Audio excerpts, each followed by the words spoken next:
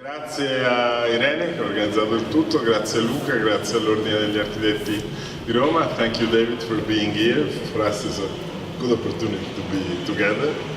It's not every day that we can have in Rome architects of such great relevance, quality, passion, goodwill. But it's not easy for me to interview on, turning around the show, which is about Africa, a person like David. It's like speaking about cancer to the Nobel Prize, that it's found the best solution to the problem. So I will be embarrassed, but I will do my best. It's interesting because the relationship between Rome and David Adjaye started 10 years ago with an exhibition at the Aquario, the venue for the Architects Chapter, where we installed, I physically installed with you Horizons, a beautiful installation which is about the perception of space. No, it's not much about the arty condition of the installation, but it's more about the space and the perception. And today here we will probably end our discussion speaking about the museum in Washington. So we go from Africa to Africa. How do you live this? What's the role of this presence, continuous presence in your work? Vis-a-vis, face to face with this. Wherever I go now in the world, I find an exhibition on African artists, on architects. No? So what's your feeling about this? Thank you. It's really nice to be here in the MAXXI. I think that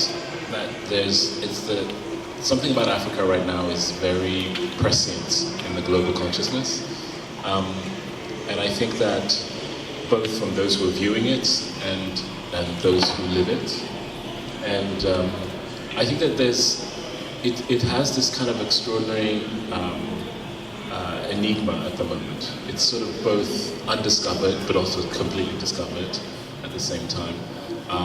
It hasn't really been in the popular consciousness, and its citizens are also very much now yearning for their understanding of what their modernity will be, their explosion. And in a way, the first explosion of that imagination happened with independence. Okay. And that explosion was very powerful. It created the identities that are the continent now. But in a way, for most of the continent, I think that because of many political and social and economic problems, the manifestation or the fulfillment of that initial imagination has not happened in many places. As a result, I think at the end of the 20th century, a large population of the continent's sort of middle class immigrated out. And so what you have is a kind of, a very kind of quasi imagination of what the future of the continent can be through its diaspora and through many kind of what I would call utopias within worlds. Okay. Do you see what I mean? Yeah. Yeah. Well, so in a way, yes. that summarizes the practice, right? Yeah. And now they deserve a better introduction because I saw people were still arriving. David was born in Tanzania from a Ghanese family. Then he moved to London, as he was saying, when he was 9 years old. Then got his architecture education in London and established his first office in London in '94, just to give you some coordinates. And the office developed into your own office, Basta, and nobody else in 2000. We will go a little bit through, we will jump from his work to the exhibitions and to Africa. But I think the first things we all knew about David Adjaye, beside all this presence in this world which was at the border between architecture and other disciplines like art or photography. But the first thing we knew were a series of houses. I think we will start, I think we can start from 2 subjects. And then David has got all the possible prizes in the world. He's been teaching he's been teaching in the Royal College where he studied. He was taught also, I mean, AA pretends you've been teaching there, so you've been teaching there. And around the world, Princeton, Harvard, the most important architecture schools. He's got a lot of prizes. He got the OBA, which is an important thing in the UK. Then maybe you can, in the end, you will say hello to us, goodbye to us, saying something about the feeling of that. But I would address 2 issues in the beginning. First, something which is very related to what we see today at MAXXI. A few years ago, David Adjaye made a trip through Africa, or many trips through Africa, and made like photographic portrait of every single capital. So 53 capitals, and you're trying to capture something you can speak about after, but capture this presence and this interesting productive friction between local and global in every single thing. And then in this book you have a map where Africa is divided in 6 strips, whereas we have a show where Africa is Africa. So what's the legacy that you bring with you of that photographic survey, that approach to reading Africa, and this kind of Africa brand that we have to deal with every day as a whole, no? I know it's a nasty, typical question, but it's a good question. It's a good question. I think that, in a way, it took me 11 years. Yeah, it took me 11 years to travel all over the continent, and I wanted to, as an African, just discover the sort of plurality of the nation, the national idea, and what that had manifested in the 20th century. So really going to every country, including, in the end, I even went recently to South Sudan, which is kind of forming it. I mean, there isn't a city, it's a forming place. Just to try and understand this idea of the national identity, but the intention was also to produce photography of urban life that was incredibly lacking in the popular mind about the continent, because essentially the images of the continent have continually for the 20th century just been about the romance of the garden, the incredible garden sort of country with incredible wildlife and nomadic, sort of beautiful, elegant tribal people. And in a way, it's almost until, I think, you know, the first, like 2011, 10, until really social media even erupted, I don't think people even had imagery of the continent. And that was, for me, incredibly perplexing as an idea, that somehow there was a lack of production of images, and we know that the production of images concretizes a certain kind of status about a place. And in a way, what I was very fascinated by was to see if one could just produce, in the end I made 40,000 images, which is in my archive, yeah. So there's a kind of archive at the beginning. Exhibition.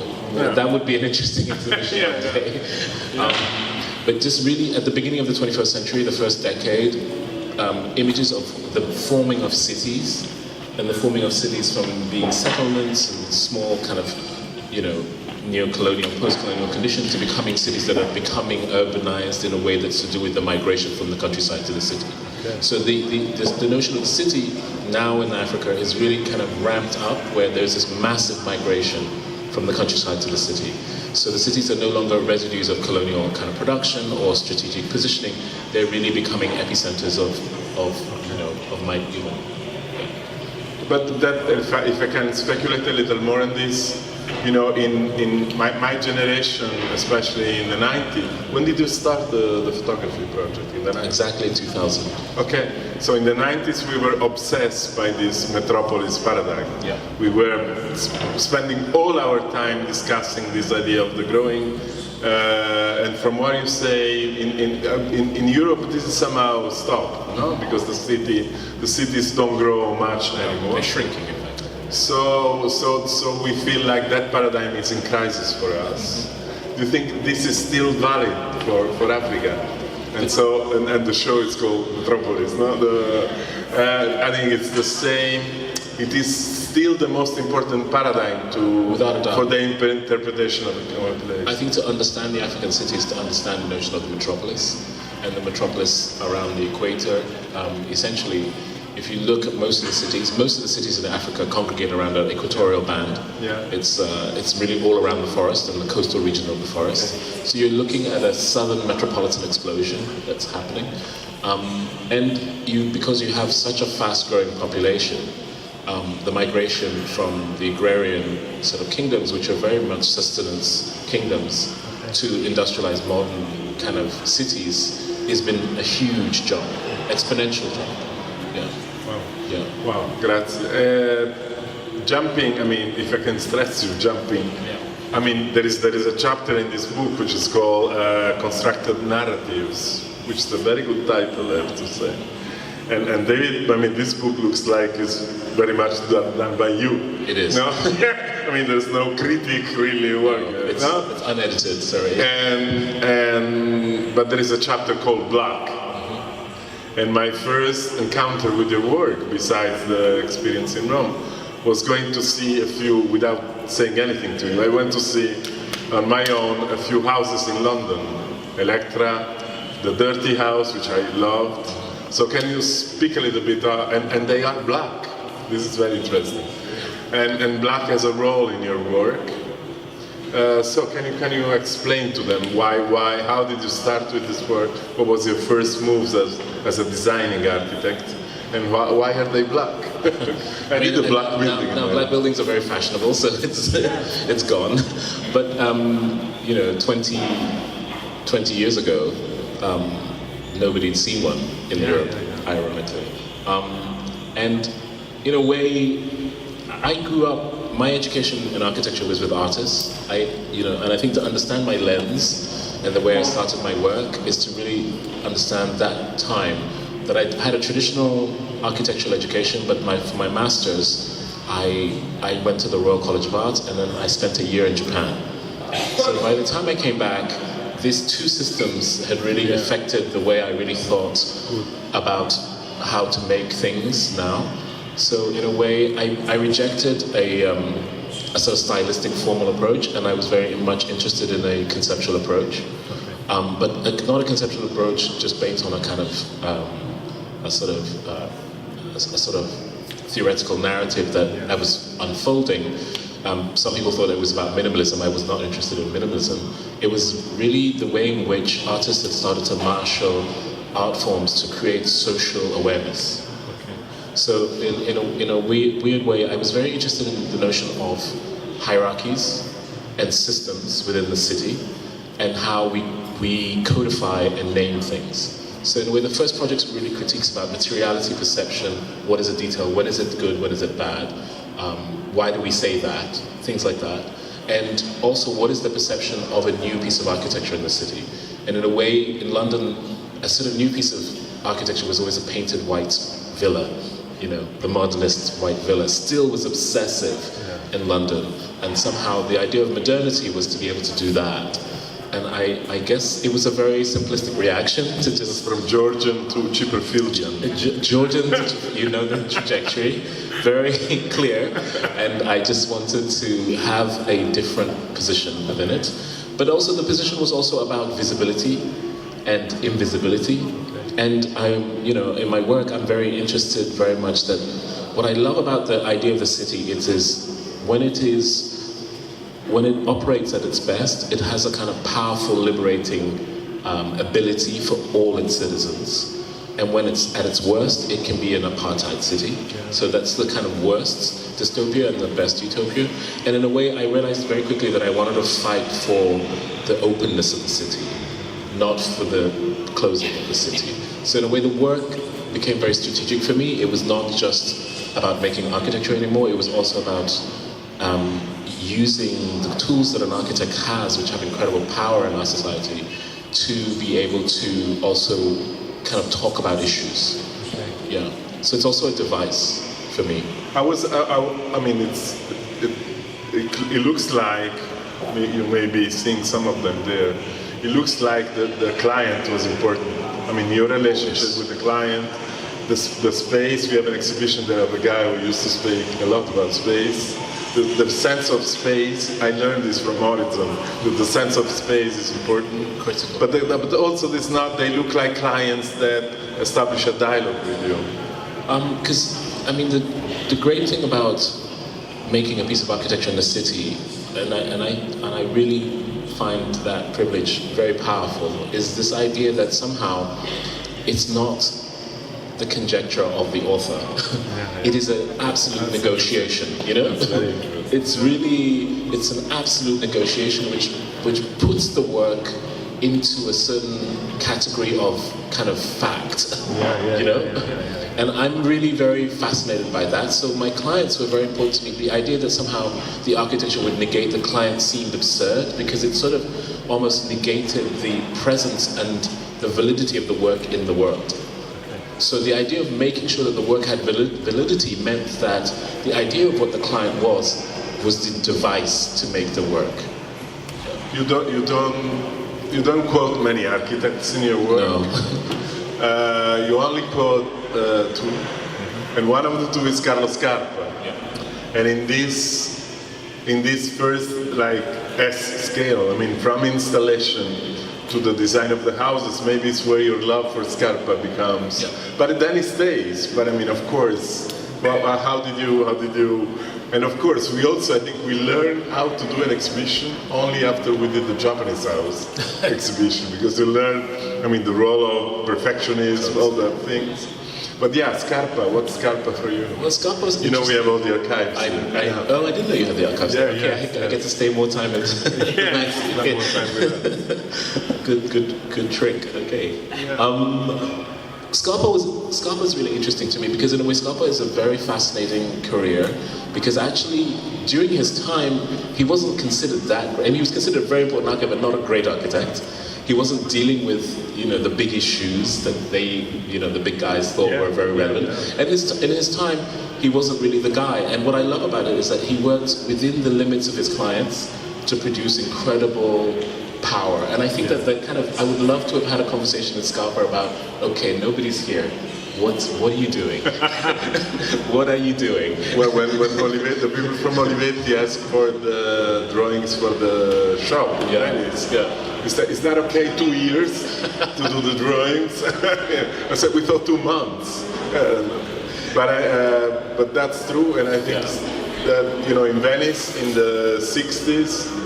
They were looking at him in a bad way, because Scarpa was not about the big issues. Scarpa was not about the political architecture in the so. Totally. So I like to see, and also Scarpa, which is kind of with Adjaye does much more, was able to change some from a project to another, which is something we will speak about after.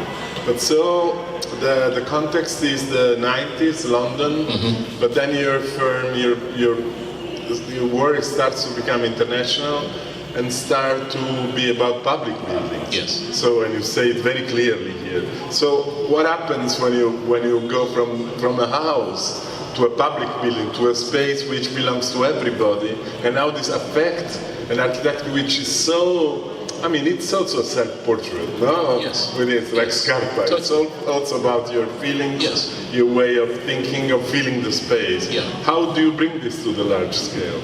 No, and I mean, I think that in the beginning, that was a kind of very difficult position, because for me also, the notion of I became good at making houses, and in a way, I didn't want to just make, for me, I think a fundamental mistake that architects make when they make houses become public buildings. There's a generation that really think that you test it in the houses and then you scale it up. And I've never seen any one of those experiments work. Like all of them are disasters. I mean, in a way, I became very traumatized by this notion of the public. But rather than sort of tying myself up in it, I just decided to completely reverse the game. So in my mind, I did a show. I was asked to do a show at Whitechapel Gallery, and that's where the statement "making public buildings" came out. It's the title of the show. And really it was about absolutely reversing my own strategy of a certain kind of aesthetic texturality, which I love, and do, and to kind of open the whole thing up to a sort of an architecture that almost sort of dissolves within its strategies, to becoming almost like a market, to almost be a kind of anti-architecture, which is architecture, really. But it seems like, this is this generation of architects, the new generation of architects are, by will or because they're forced to, they are very interested into the relationship with art, with exhibition, with installation. Yeah. And you can see that maybe in your work, as you're saying now, there is this idea of display, of a space as a space where things are shown. It is really a device that works on your design to make it public. Totally. And your work goes back and forth. You show here 7 installations. You did it in Rome, you did it in London, you did it, and they're about your work, they're about materials, they're about geometry, about space, and about your legacy from Africa. So, yeah. I mean, this is probably not a question, No, but I think that the work done around this idea of the museum, the display of art, is a device that has a real impact on your work when it becomes more public. No, completely true. And a really important show is a show that I did at the Taverne in Brussels, which is a very quiet show, but actually a very important show called Geographics. Yeah. And in a way, Geographics was trying to make a show into a public event. Yeah. And a public event using the narration of the continent as a device to be able to look both into the future and into the past. So I basically was able to go to the collection of the Taverne, which are probably one of the best collections of Central African art anywhere in the world, because of King Leopold. And I brought those in collision with contemporary images of the city.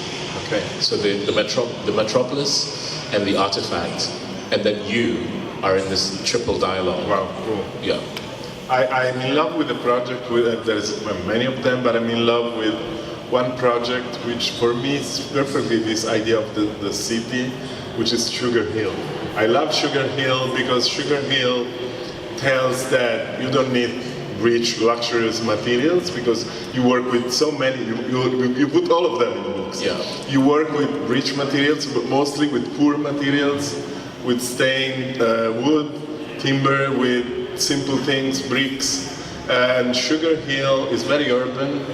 It has like normal materials, but it has houses, a museum, a nursery, a place for children. So this idea of the MAXXI in North Harlem, in a black building, it becomes a statement, I think. So how was it to design it? How did you start from the context? Did you speak to the people around? How did you get to the building? The building. It's very strong. It's a very important project for me, and it's really my first big social housing project. So it's not even social, my first big housing project, period. And it was a competition by a charity to try and deal with homelessness in the city. And what I loved about it is that it was happening at a time when it was a big fashion for very luxurious housing on the west side downtown. And nobody even talked about uptown. And nobody even talked about the notion of the housing crisis that is real in New York, that the market builds in Manhattan, but actually the housing crisis is deeply problematic. And in a way, what I was also, in my reading of New York, going there for like 30 years, 25 years, I started to really become very aware of what Ed Moses did, the master planner of New York, post-war, when he was him and Jane Jacobs were in a huge fight, because basically Ed Moses was very much about dealing with the urbanization, the sort of densification of the city of New York by using, but trying to hold on to the privilege of the upper elite. Okay. So what he was doing basically was he was in charge of planning the infrastructure lines in the city. And then he was zoning where poor people would have homes and how the infrastructure would make sure that they would not get to the rich neighborhoods. protecting the East Village and the Upper East Village. And it's really fascinating legacy that is well known by historians but not fully told. But when you start to understand and read New York, you understand how it's divided into these zones. And in a way, he was practicing a pseudo-apartheid architecture for a zone, a period of time. And if you look at Upper Harlem and all these places, and the trick of the urbanism was to make those ghettos devoid of any quality of the city. Wow. They were simply units. Units, yes. So in a way, they were prisons. Wow. And I think that if you can analyze and understand New York, you'll see these zones where there's just these ghettos of non-city, and then there's city. Yes. And it's ironic to me that then people say to people, oh look, they don't know how to live, they're poor, they're terrible, they have parties all night long. Well, what the hell are you going to do if you don't have anything else? I mean, it's sort of astonishing to me, the idea that somehow that you would somehow be quiet and be muted. If you actually want to get people to be well behaved, stop making them poor. So this idea of kind of making in that poor neighborhood a very rich piece of city, a microcosm of both private and public, all consolidated into one form, as a kind of way to almost embarrass the situation, was very important. And we worked with a client who understood that, because they worked with the homeless. And we just programmed and we networked across the city to make sure we brought in a museum, a creche, and there's even an urban farm on the roof, which Amanda Burden gave us, the then mayor of New York, as one of her last gifts before she left Bloomberg. So there's actually an urban farm on the roof for all the residents, so they have this incredible quality in the building. As a witness, I can say when we went with the students to New York, with my students to New York for the project Ricky was doing with schools in 2006. My students work on New York, and as an exercise, they were supposed to criticize Renzo Piano's project for Manhattanville, just as an exercise. And they went around interviewing people. Coming from this Italian tradition of rebellion, they were so shocked that the people, they would say that you'll be kicked away by this. They would say, yes, but that's life. That's New York. That's life. No, we're ready to go. Yeah, that's New York. Wow. There's a precedent of that, The 6 layers of Africa. I want to, since we're speaking already about public buildings, I was if I had to put up a PowerPoint, I would have put this in 2 images together. The exhibition Geographics, where you were displaying works from Africa, and I love the interpretation of the graphics. And I would put this with an image of the museum in Washington, where you have all the sculptures. There is a red line or a black line going through this. So how did you get to design the National Museum? How was the competition? How did you? It must be so intense, no, to be in front of a project like this. How did it happen, and how did you feel when you had to do the design? I think they're seeing it in the PowerPoint. It's come through. I think that the National Museum was definitely a once-in-a-generation moment, and a very daunting moment. It's almost like I think with the World Cup, it's almost like having the penalty kick. Yeah, exactly. it's exactly the penalty kick moment. But the British were lucky. Very lucky. Yeah. Relief in England. But I think that the project for me seemed to happen at just the time when I had sort of reached a certain kind of maturity in my own work. Yeah. But I had not, I just built one very big building, the one in Skolkovo, but hadn't really kind of become a very large practice yet.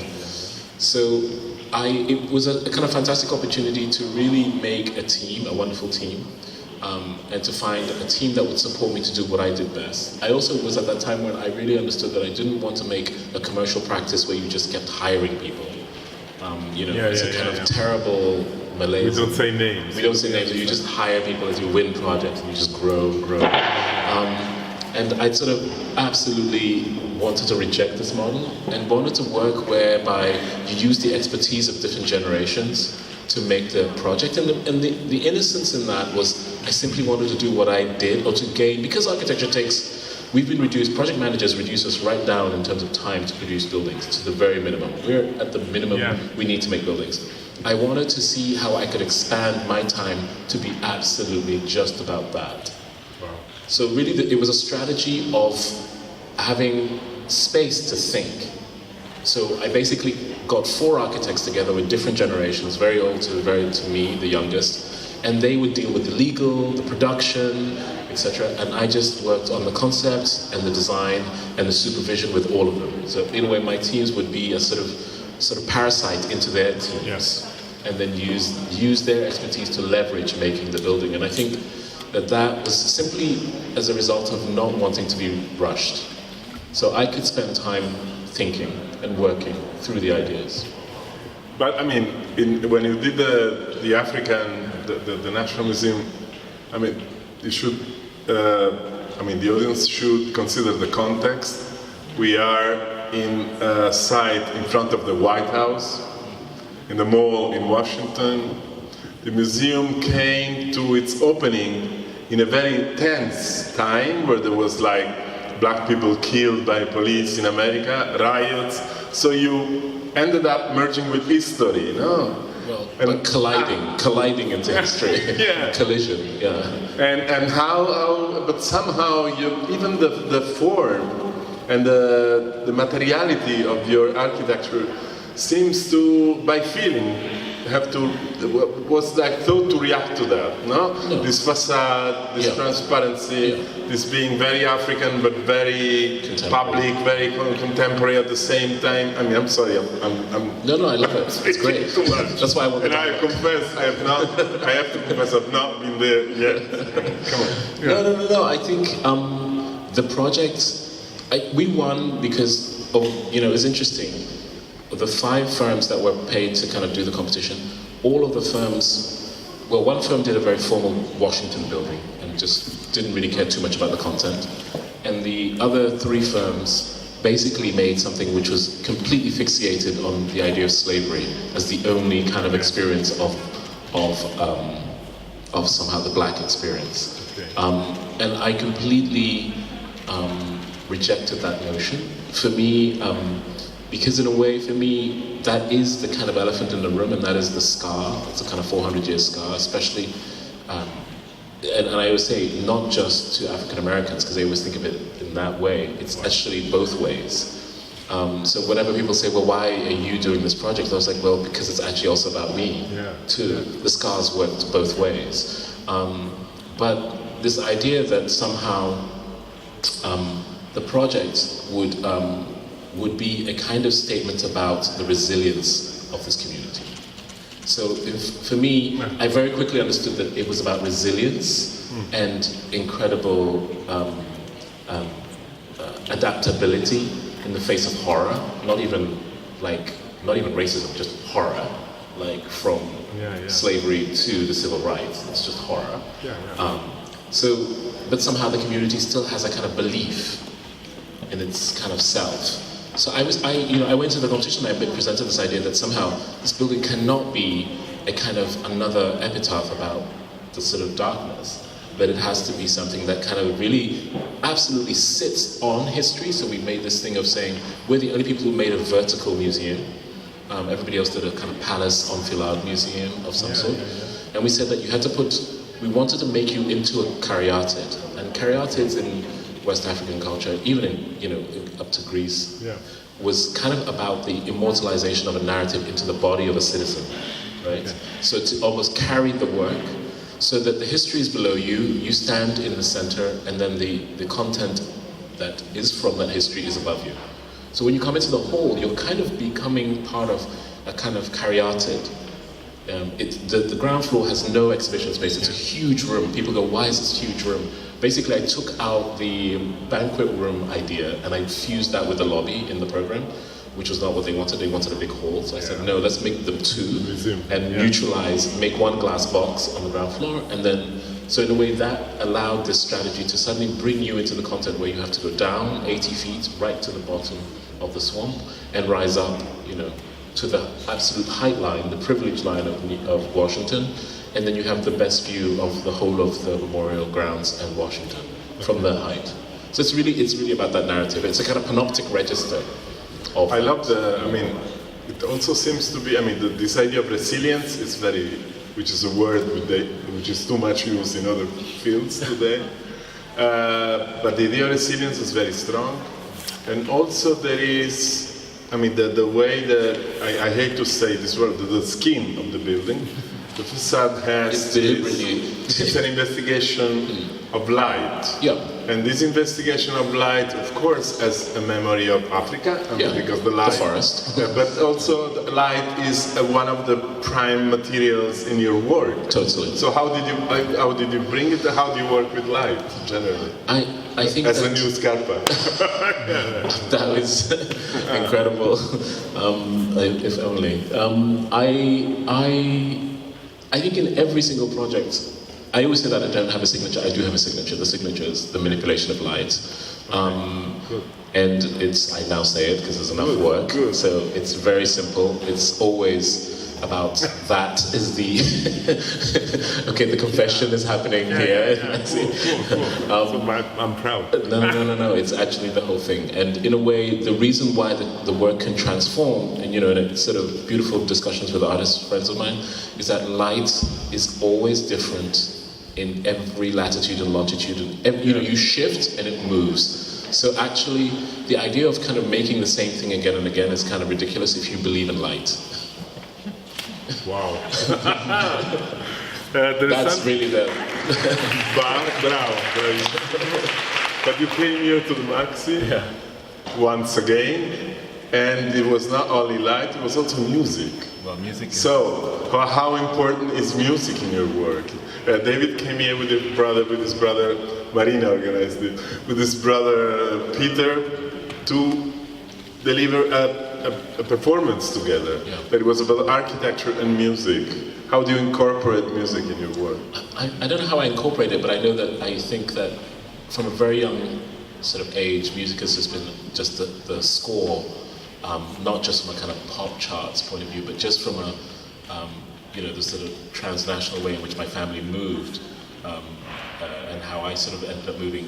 Music was the score that was always kind of weaving through from listening to independent songs that my father would always carry with him. He had a set of records that we went to different countries would go with us, and just listening to different music from East Africa, from the Middle East, listening to European music, and really coming late as a teenager to pop. And learning about pop as a kind of young teenager. Music's always been a score, and in my studio we have, what we love, that we have this is a side thing, but the Sonos is great for us. Not that I don't like the brand, but I like the idea of a kind of collective DJ. So in my studio, everybody uploads their music constantly. Okay. So we have a kind of uploading that's constantly happening, and it's something that I kind of set up at every studio that I have. That there's always a soundtrack of the community, always playing in the studio. And I don't know, for me the soundtrack carries with it a lot of emotional memory that I think is really, really beautiful. And it's a really, I mean, when you choose music because it means something to you or it marks a certain point in your life, I think it then can have a kind of way of transmitting information that I think is very beautiful. So for me, this idea of constantly being in that score is very... But I always try to put music in the museum, and they always shout at me. Because of music. So I wait for 7:30, and everybody's away, and I switch and I can take off the earphones. Yeah. May I expand a little bit, not only about your work, but since there's a lot of, I mean, it was dangerous to bring you close to this exhibition because you had many experiences, your geographic shows, the show in Beaux-Arts, but also you did the Biennale with Oqui. So you installed the art Biennale, then I saw you in Venice, this Biennale. So how was the feeling of working in the Biennale? And what do you think of it? Does it still make sense, the architecture? I mean, we're not judging this one, but generally, it's a 12 million euro minimum, because we know REM spent much more. 12 million euros exhibitions to bring 250,000 official people to does it still make sense? We do learn things at the Biennale, and how was it to work in the machine? Well, I mean, I think... And it was about Africa, I mean, it was with an African curator. Well, it was an African curator who just decided that he was going to have at least, you know, he was going to have an art show that had, you know, a complete representation of the global, you know, his whole thing, his whole agenda is all the world's futures, which I love to death, this title. It was a good show. It was a great show. And in a way, a lot of the artists that are here and a lot of the artists I've sort of worked with and know very well, they're sort of my contemporaries. And it was very, very beautiful to kind of present their work within the history of the Biennale. So I think from that point of view, it was very interesting, because it was a kind of quiet revolution. Yeah. It wasn't a loud revolution. It was just to say, this is not even about a shock or anything, this is just reality. So let's just make it visible. Okay. And what was nice was to turn the Biennale, for me, there's some shortcomings with, especially in the age of technology, with the notion of the spectacle now. So I find that the Biennale has to be more than just spectacle. It has to be kind of much more dialogue based. Okay. Just as a kind of personal thing. So in our Biennale, we transformed the central hall into a forum. Yeah, I remember. And there was a reason for it, because we think that the forum is the one thing that you can't replicate on a social media phone. I mean, you can by having people, but in a way, the kind of atmosphere and intimacy of this really requires the energy of this. And in a way, I think that as the world becomes much more disengaged from content and image, it becomes separated for me very much. People just absorb images without even understanding why. That this forum becomes very important, because this is the space of exchange now, and this is the space of new public again. It's the old public being remade as new public, and in a way, I think that this idea somehow that we just get back to talking to each other is the new radical. And so what would you expect from an architecture biennale? Yeah, I mean, I always expect architecture to be last in the game, but I think that the idea that we talk about what architecture is rather than be told what architecture is, I'm a little bit exhausted about being told about what architecture is. Yeah. So and you know, that's to do with my consumption of it, but I think that.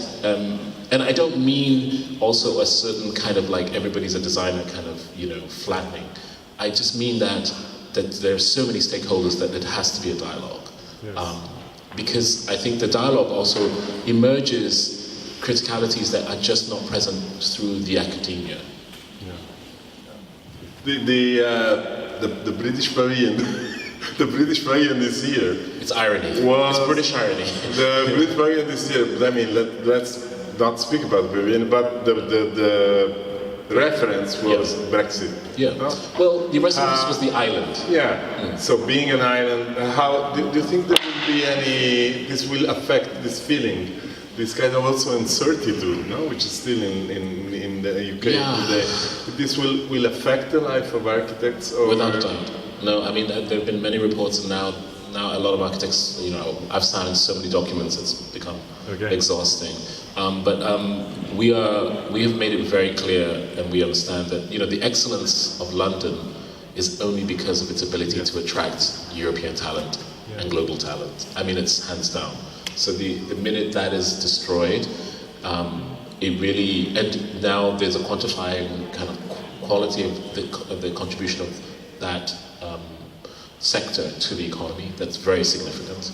So there's a kind of paying attention, and you know, I think that there's a kind of move. There is a kind of a group within the political circles that are absolutely wanting a hard Brexit. But I think that there's now an overwhelming sense that that cannot happen.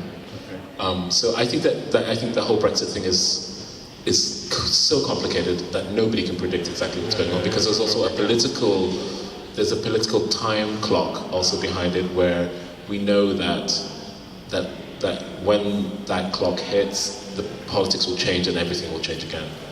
It's guaranteed. Can I be mean? I mean, can I be like people? No. It can be mean. So we can open up as well, by the way. We don't have to talk about I will now. I was doing my last questions, then open up to them.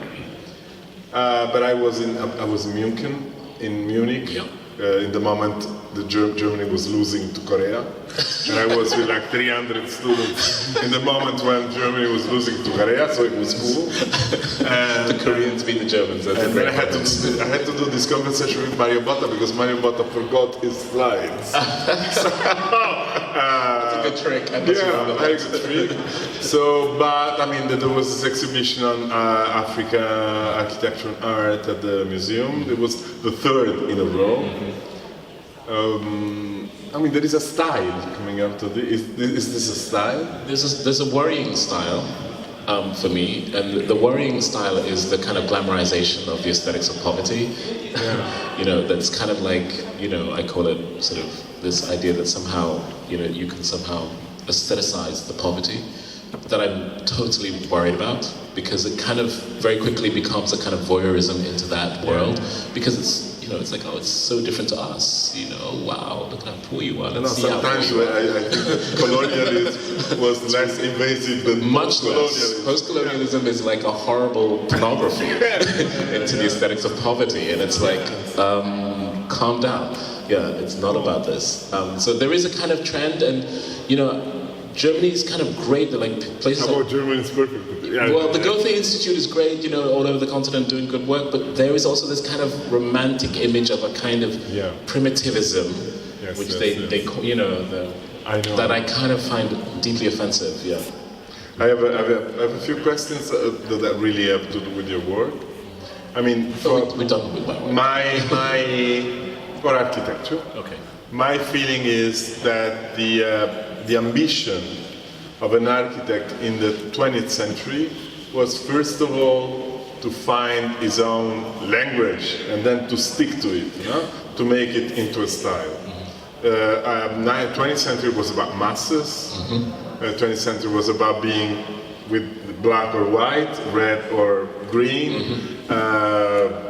Penny, whatever, Borg versus Lamb, but 21st century is more complicated. We are the Museum of the Arts of the 21st century. Yeah. This idea of language is much more proteiforme, much more complicated, and I think your work perfectly embodies this ability to be yourself and changing at the same time from a project to another. So, do you think this has to do with the spirit of the time and what architecture has to be today? I mean, and how your work is? I think my reading, it comes from that background. You know, I was educated under a postmodern kind of construction, and so I was educated, and the resistance was a kind of another postmodern modernity, which was, you know, a kind of a reaction to any formal structure.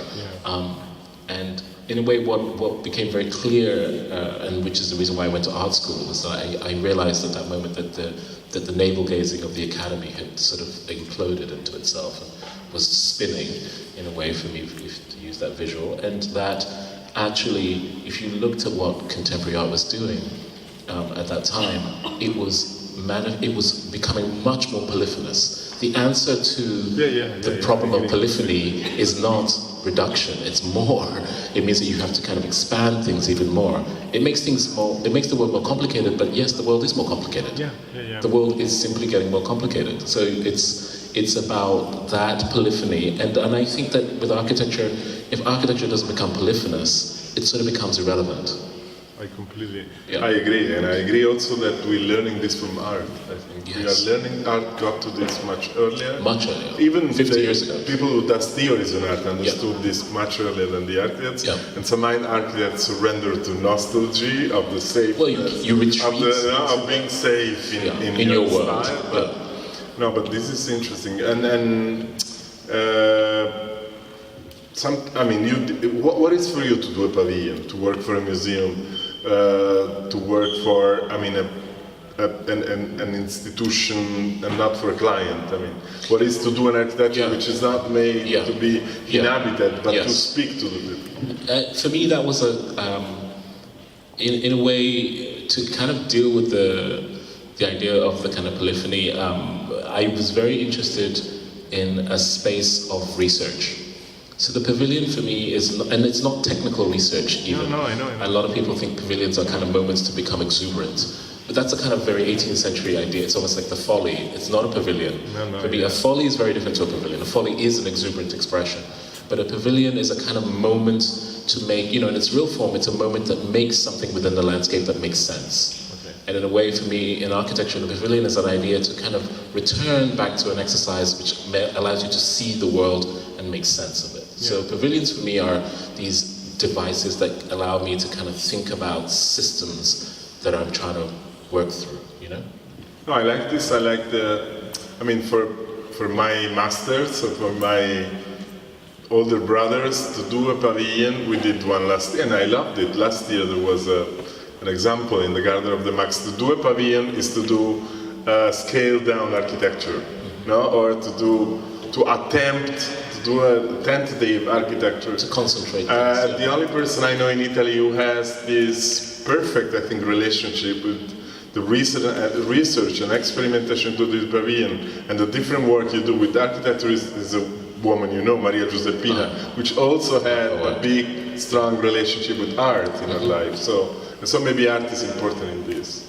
But beyond your own limits, and the limits of your practice, what do you think what's going to be architecture about in the next year? We know that a lot of friends of us think that architecture will be about entertainment or Biennale, installations, museums.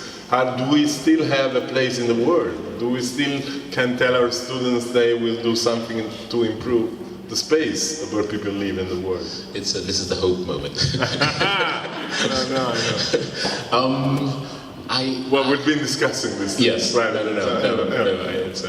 I think that, ironically, I think that architecture is just as valuable now. It's not valuable in the sense of being the kind of only producer of form, but it is absolutely the most valuable tool in the interpretation and the relevance of form in our world. Okay. I don't think, the industrialization of construction has not mastered how to interpret what it means to kind of make form and why we like it or not. We know how to make enclosure very well. We don't need architects to do that anymore, So I just think that with the complexity and the density of the city and the growth of cities exploding all over the world, architecture is even more necessary. And we have a kind of facile relationship to cities where the idea of architecture does not happen, when it's just graphics or construction. And we know many cities like that, graphics and construction, just lights and building. America. A lot of it, not all of it. and many new cities that are copying it, that actually there's a kind of sort of detachment, a kind of human detachment from the thing, and it feels very problematized. And I think that architecture, even when it's in its smallest moment, it's basically a human art form. It humanizes construction and makes it relational. And I think that this idea, Nicholas Boria idea of relational, in the end, is profoundly what we want with our environment. Yeah? Okay. I totally agree. I think you can prepare your questions or things you want to say. What's the first thing you do when you do a project? Is it sketch, photo, whatever? How do you start? A lot of looking first. Always, I have this kind of romantic belief that somehow a project already exists and I just need to go see it, which is my little game I play with myself. So I always feel like you can't make a project until you've physically entered the kind of the atmosphere of that place. So visiting places is really important, and then for me after that, a lot of reading about the place before I sketch. So I try to stop myself from sketching when I have a project. I want to read more and look more for a while. Which is you're working on many new projects now. What's the next thing we will find completed? There are many things. Because you're working all over the world now. Yeah, but now it's also, changed. we saw on the PowerPoint that I haven't seen, the PDF, that there's a lot of work in Africa. Yes. And how's to work in Africa today? Do you have a good professional condition? Can you manage to do, the things are very well done? Well, I mean, they're coming. They're images. So there's are images. No, in the last 2 years, I've become very, very focused. Oh no, the villa was made. Yes. Yeah. Well, that's villa. It's a private. Yeah. Yeah, but no, you're right. I mean, I think that's the big conversation happening on the continent right now is. I mean, the beauty of the continent right now is that if you're a young architect and you're interested in making architecture, I actually think Africa is probably one of the most interesting places to go if you're interested in the pure discipline of architecture. What you don't have is a well-developed construction industry. Okay. So you have to learn how to make something happen. So you're kind of, I always say you're almost a little bit, you're in the future, but you're also where Oscar Niemeyer was when he was 27. You're in the jungle, and you're told, how do you make a concrete lenticular arch? Or how do you make a vaulting, 50 span, 50... But there are means to do it, and if you can marshal those means, you can build these things. No, I know. I happened to build a building in Senegal when I was 35, and I can't even imagine what it is like now. But it was adobe and straw, so... It's probably been... Questions? Il pubblico può intervenire a piacimento d'ora in poi. I'm sure David will be happy to answer. Prego. You can scream. I can scream very well. I'm very good in screaming. First of all, I wanted to thank you for such an amazing speech you had today. I'm an half Italian, half Somali architect, so it was very inspiring for me to hear finally your lecture. And I've been the last year engaged on researching about Somali architecture and understand the power of the heritage left. Because what's happening now is that countries like Turkey or Chinese who are investing on those buildings, basically whenever they refurbish it, I don't know if it's English, they rebuild it. Yes. They delete the history of the building. So sometimes there were amazing architecture from the Middle Age, and now the new buildings they're building on are deleting everything. Wow. But at the same time, what I noticed is that the governmental organizations don't really see architecture as something as the power to change people's life. And Same in Italy. Yeah, that's true. But Global problem. like especially in the case of Somalia, where everything is like distracted by the war, now that they're starting to build again, and you see that the governmental organization don't really see architecture, in such a way. My question is, how was for you when you were working in Ghana, or how did you relate with the politicians there?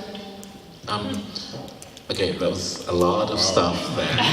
So sit down. Yeah, I'll have some pointed. One, I actually finally went to Mogadishu last year. So I got to really see this city finally, and spent a lot of time there. And I understand exactly what you're saying.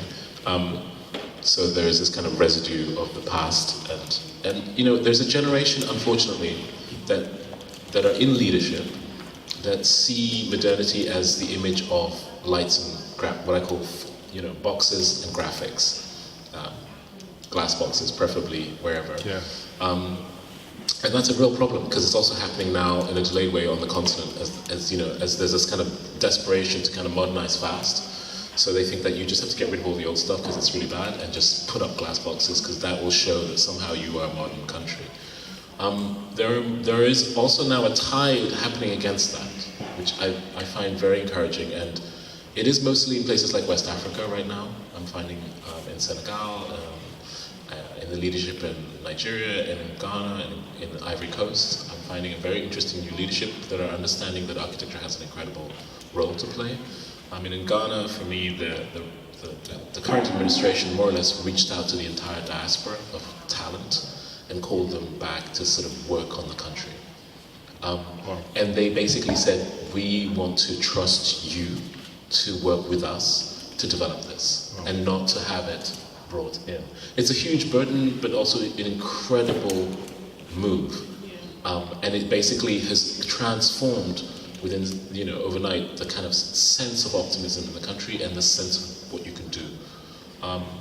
You need leaders, it's very important. This comes from leadership, but also what is interesting, with the visibility of characters like myself, Francis Correa, there's a generation also growing, is that that also on the continent, some of these leaders are starting to see, ironically, characters like myself being recognized in the West, and sort of kind of going, just a minute, hang on, what's going on? Why is this not? Why are we not? Why is it his work? You know, the funniest thing was the president of Ghana asked me, when he asked me to kind of basically design, this is the national cathedral of the country, which is a kind of symbolic project for the nation because it doesn't have one. But he said, why is it that nobody's ever asked you to work in Ghana? And I said, I don't know. I've been waiting. Yeah. But ironically, I needed to be validated in the West before coming back, and it's a major problem for African architects. Yes. That somehow the system has got so complicated that there's a mistrust in the skills. You know, and it's to do with the lack of diversity in the business, or the image of diversity in the business, so that there's no sense that somehow people of color or of difference can have agency and know how to do that. So that image is not being reflected back to the leaders, so the leaders don't know, so they don't trust that we can do it. But actually, the future is kind of in the hands of the diaspora who have trained, because the local community have not had those schools. So that those institutions are being built now. So it's not even a question of us and them, it's just a question of, if you want to do it, the profession exists in the diaspora and you need to bring them home. Yeah. Wow. So you are super valuable to Somalia right now.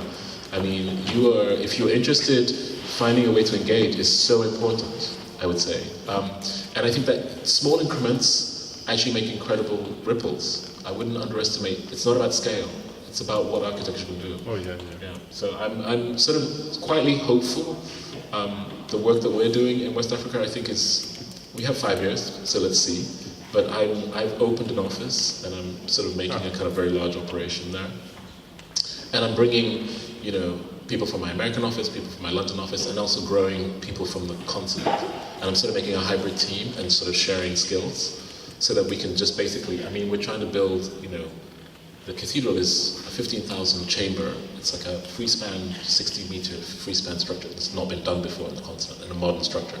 So we're kind of trying to do a lot of things that haven't been done, but we need the expertise of a lot of people, but also at the same time we also want to do it with the people there, so that it kind of builds a certain relevance, you know. So I was giving a lecture to Accra's architect in Ghana 3 years ago, because we brought this little exhibition, and then at the end there was discussion. And of course there was one American architect telling the Ghana architects, hey, you have to work with mud. And they took him and threw him out of the room. No, so we need to go beyond certain. Well, the projection of what you're supposed to be yes, is 50% of the problem. Domande? Interventi? Prego, lì c'è una mano. Posso fare la domanda in italiano? Certo. I can translate it. Okay. Sono architetto della Tunisia, quindi stiamo parlando dell'Africa. Io sono un esperto di Maghreb. Ecco. La mia domanda, faccio riferimento all'architettura e al contesto culturale. In che modo il suo contesto culturale africano ha contribuito nei progetti di architettura in diversi contesti? Cioè viene trasmesso il forte messaggio della cultura in cui appartiene in quei progetti, cioè un contesto diverso, nel senso com'è questo gioco, o nel senso adattare all'architettura, proprio adattare al contesto in cui progettiamo l'architettura, oppure dobbiamo trasmettere anche diciamo la nostra cultura, quindi attraverso l'architettura. The elephant in the room. Well, yeah. This is going to be a lecture. No, this is a very important question, and I think fundamentally, architecture is not transmitting one's. I'm not transmitting my culture to a place. I'm basically adding to the reading of a place a way in which you can see it from a different point of view, right? I think you have to choose your words very carefully, because one set of words can sound very much like a kind of, you know, a foreign policy. You know, it's almost like a visa system. And another set of words, if you look at the evolution of the subject, has always been, the thing about, there's a kind of myth that happened, I think, in the kind of Renaissance of a kind of purism in architecture, And actually, architecture is the most hybridized form on the planet. Yeah. Nothing in any part of the world belongs to any one culture. That you can find all the remnants of other ideas inhabiting those things. And each sort of epoch creates a kind of zenith, and then it mutates and moves on. It's a collective human experience. And I really believe that if you start to make architecture a national idea, which is an artificial construction invented only 150 years ago. The idea of the nation state is new. It's not been forever. There was no such thing as the nation state, in its real fundamental way in which we kind of conceive it now. It's really become manifested. And I think if you think of architecture much more as a human art form that is on different migrations, different places, has different kind of paths, I think you start to understand what I'm trying to deal with. So, because in a way, in the end, I think that different ways in which you look at the same problem create unique opportunities. And those opportunities can only benefit a way in which you live in the world. Because in the end, the architecture is not a sculpture, it's about an edifying system. So the trick that I love about architecture is that unlike a statement, you can't, with architecture, if it doesn't benefit or edify, it really doesn't get built. Yeah. That's the beautiful contract part of it. It has to do something, otherwise you just won't be hired. If you just have your views and it doesn't have any kind of edifying quality, elevating quality, or opening quality, you just won't build. And that's the beauty of architecture. So if you look at the way in which the classical language migrated, it was a kind of language that was about edifying and opening up possibility. It wasn't about a cultural kind of imperialism. That was not its first remit.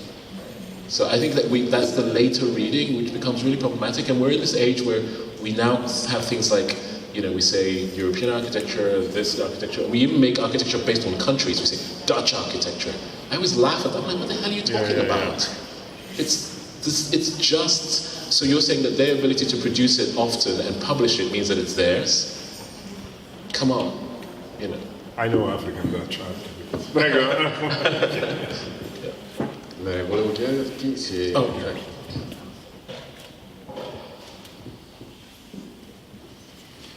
Prima hai parlato, no?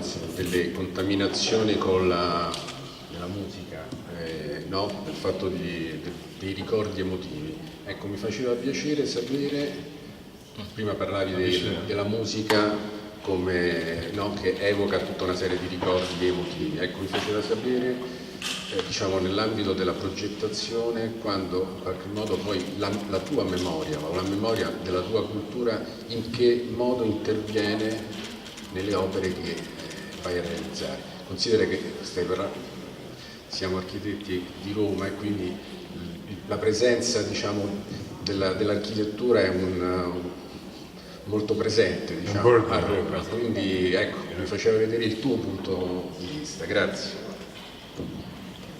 Okay, so in a way for me, there are a couple of things that I think like the beauty and the burden of Rome is this 1,000-year history that's been not much interrupted. So it's like I feel sorry for you because it's really like the worst. You're the contorted caryatid. Rome is the contorted caryatid. The architect is the most contorted caryatid, with the weight of stone above you. In a way, when I work, I try to free myself from the formality of architecture first.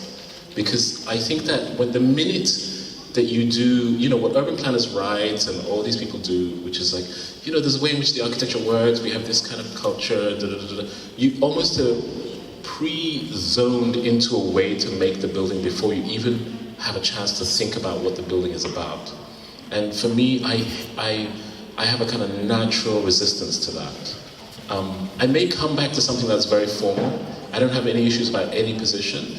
But I need to be able to kind of allow my reading of the place to inform my artistic or authoring tendency. So for me, the act of authoring something is a very kind of weird space where, yes, it's about the kind of information that you know and what you're doing, but also it's a space where if you allow the absorption of other things which are not to do the formal language of what you do to come in, I always believe that the creativity is somewhere between that rub of the uncomfort of what you know and what you want to know. So I'm constantly trying to make myself slightly uncomfortable, slightly out of my context, so that I don't end up making the mistakes that are kind of already there because I know them as systems. Or staying safe. Yeah. So for me, this idea of trying to always unravel that is very important, and then to be able to, of course, the language is always in your head, and that's the background. You know the histories, you know the ways in which you can manipulate material, you know the trajectories, but then every time I make a decision and I see that it's going towards something, I kind of think, so what am I adding? I love Virgil Abloh's statement recently. It was like, if I can just add 3% to anything that I'm doing, I'm really, really happy. Yeah. So every detail, if I'm sort of saying, a bit more like this, that is enough to then make me think that, okay, that decision is now doing something within that context. But before I can even get to that moment, there has to be this way to be able to freely think about the thing, to be able to bring it to a place where I think that it has a kind of creative potency. And, that's a very important part of it. And, I try to kind of talk about it in terms of emotional intelligence or kind of this idea of waiting. But I really believe that half our act is trying to kind of make a space where we can resist that impulse of what we know and try and find the things that we don't know. Francesco, I'm an architect because I was a drummer. I'm starting with an obvious statement that talking about Africa means talking about an extremely huge and complex universe, right? Correct. So we cannot have Correct. It's totally abstract. Right. It's an abstraction. Yeah, it's not real. Right. We wouldn't do an exhibition on European architecture. Of course. Yeah. So within this context, this extremely differentiated and fragmented context, do you know how African schools of architecture are teaching the identity, or if they are driving students toward more global models, or if the local identity is still? That's a huge question. Within it is a kind of sadness within the answer I'll give you, because in a way, I think I know the answer. Yes, there are very few schools of architecture on the entire continent. I can count them on my hand. Wow. I went to the EPO in Algiers, Yeah. which was made by the Italians, was organized. Yeah, exactly. That's one problem. They're badly resourced, and they're now in this kind of horrible situation where they're trying to compete on a global stage when they have no capacity to. So you're having kind of lessons being taught to kids, young students, that are really positioning them in a very kind of complicated way to deal with a world that is completely already abstract to them because they don't live in it, but somehow they're being forced to or being told to aspire to. So there's a kind of very problematic production that's happening on the continent, and that's and then it's ironic that the things that you take for granted, which is like saying, well, of course, are they teaching their identity or that is not a discussion right now. Yeah. It's not even on the table. So you cannot distinguish like a Ethiopian architect from a Senegalese architect, or you can. So the only thing that ties the two, which is why I made that map, is that there's one thing to kind of understand about African architecture, which is that they are all bound by the kind of intense geographies. Yeah. So you can tell a Sahel architect from a forest architect. They operate even without realizing it, subconsciously, intuitively differently, and that's what my whole analysis was about. That actually the guy in Sudan is actually very similar to the guy in Senegal, but they don't know it. They're doing exactly the same thing, and they're using modern tools. And there's a kind of cultural nuance which is happening, which is really interesting if you can look beyond the kind of images of modernity and industrialization and look at the way in which the forms are being folded and used to create very deep subconscious ideas about dwelling, habitation, publicness and privateness, commerce. It's all being expressed. It's just not being expressed in a formal way. So there is something already happening on the ground. It's not, certain kind of intellectuals are picking up on it and kind of trying to concretize it, and it's happening. but it's not being taught because it's not fashionable yet. It's now becoming fashionable. People are now talking about Africa, and Africans going, what are they talking about? Okay, what are we doing? Is it about bottles? Is it about dirt? What is it about? So there's a kind of huge debate about that. But actually, I think that the evidence is actually in the production already, and you just have to look at it. That actually, in the absence of the kind of conscious thinking about it, there's a kind of unconscious thing that's happening. If you look past the poverty of what you're seeing, you will see a series of formal things that are actually being expressed in each regional geographic space, which tells you everything about the habitation of those cultures, up to that time. You won't see the finessed things, but you will see the detail. I mean, this is what I've been cataloging. Yeah. So the problem is to preserve this locality. The problem is to make it conscious. Right. Yeah, there's nothing to preserve that. I mean, the colonial projects did wipe out everything. Let's not get that. That's the elephant in the room. The idea that the image of the continent was sophisticated had to be destroyed. It was part of the project. If you read Leopold's kind of writings about the continent, they just raised everything that was beautiful and took all the artifacts. Let's just be blunt. So the continent has suffered a kind of huge hemorrhage of the image of its own built kind of empires and identities. But it has in the people, in the kind of tribalizing of that kind of culture which happened in the 14th century. So tribalizing happened in the 14th century, the kind of running away from the metropolitan and hiding from the colonizers, which created that indigeneity. In that moment, the sort of, even the kind of architecture that is expressed in all those kind of places have a kind of DNA, not just the kind of vernacular ones, but just things that just were built with anything, with shanties, There's something in there that's very, for me, profoundly kind of amazing about the resistance of the human spirit and the ability to kind of somehow still codify in any material some basic idea about where you come from. Okay. It's a very powerful reading for me for the 11 years of looking at this work. Il microfono passa in orizzontale. Thank you, first of all, to David for this conversation. According a bit to what he was Francesco was asking, and you have been talking about metropolitanism, the impossibility to codify an African way of working, also from teaching. You have talked about pornography of the poverty and etc. But the most important thing that I have retained it's about social awareness. No, you were talking about social awareness about architecture. Just about that, and talking about the big cities, big metropolis in Africa.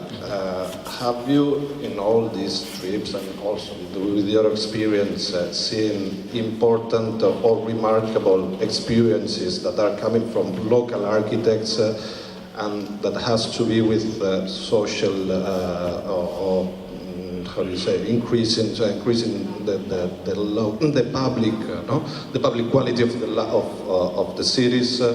That they are dealing with public spaces, that they are trying to this big concentration of people making better ways to live together, or to change, to transform public spaces in other in a local way, and that we can look at with interest. Connecting with Joaddo,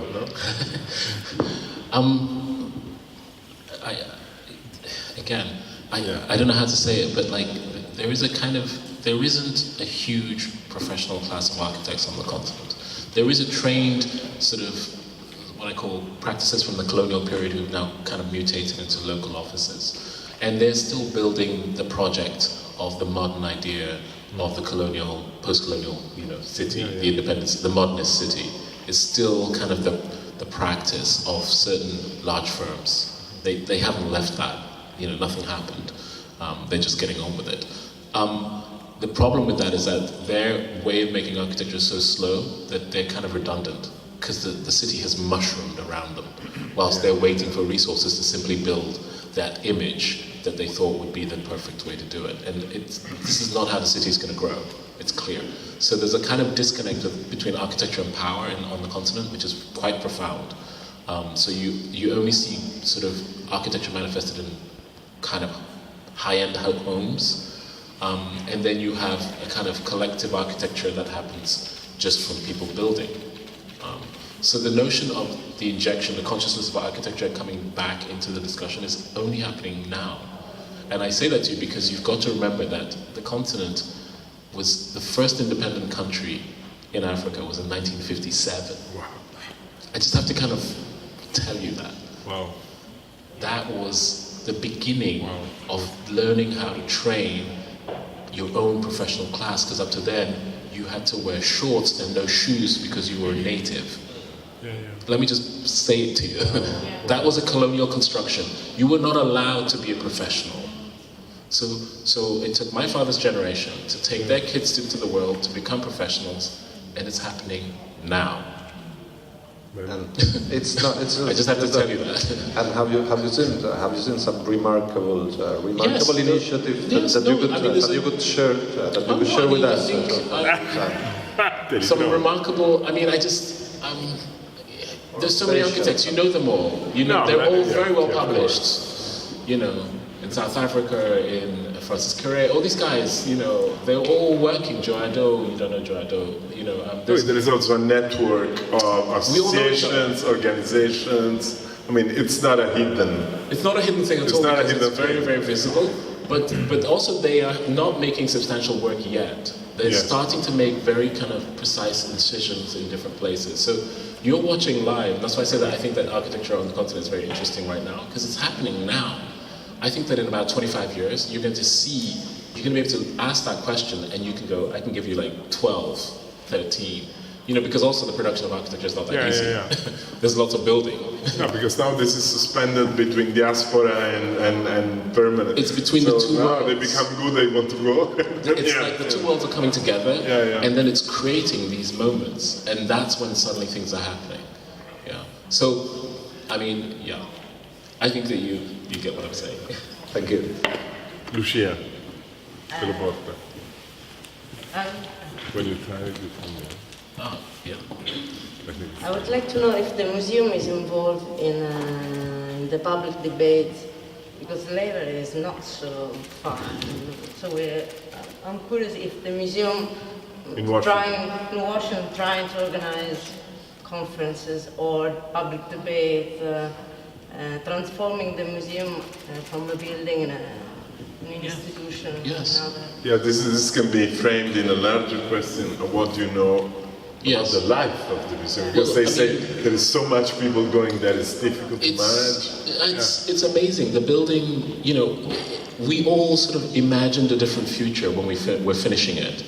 We thought this was a kind of evolution of the American idea of democracy, and that the building consolidated that moment and went off, and maybe was going to help with that kind of consolidation.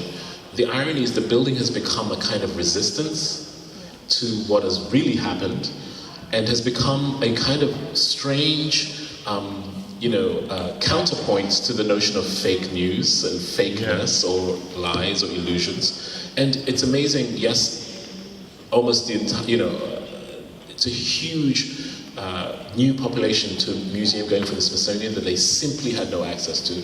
There was a myth that somehow Black people just were not interested in museums. Well, the myth was that you didn't tell their stories, because there are more people going to this museum than they've ever imagined.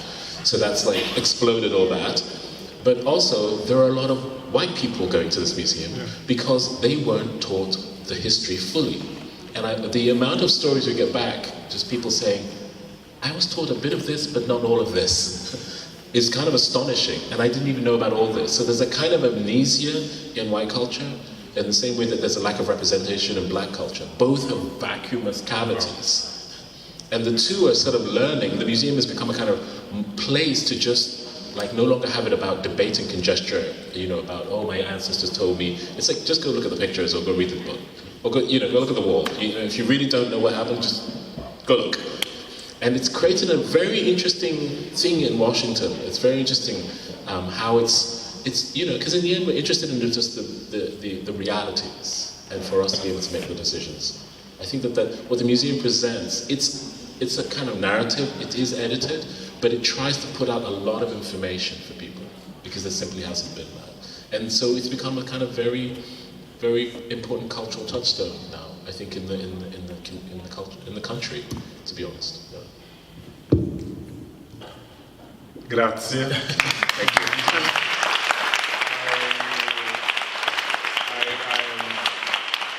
I'm proud I was part of this conversation. I think we really need to thank David's generosity, clarity. We learned a lot. I mean, I'm really happy. Grazie. Thank you. Thank you everyone. I have the mission to remind you also that MAXXI never sleeps, as you know.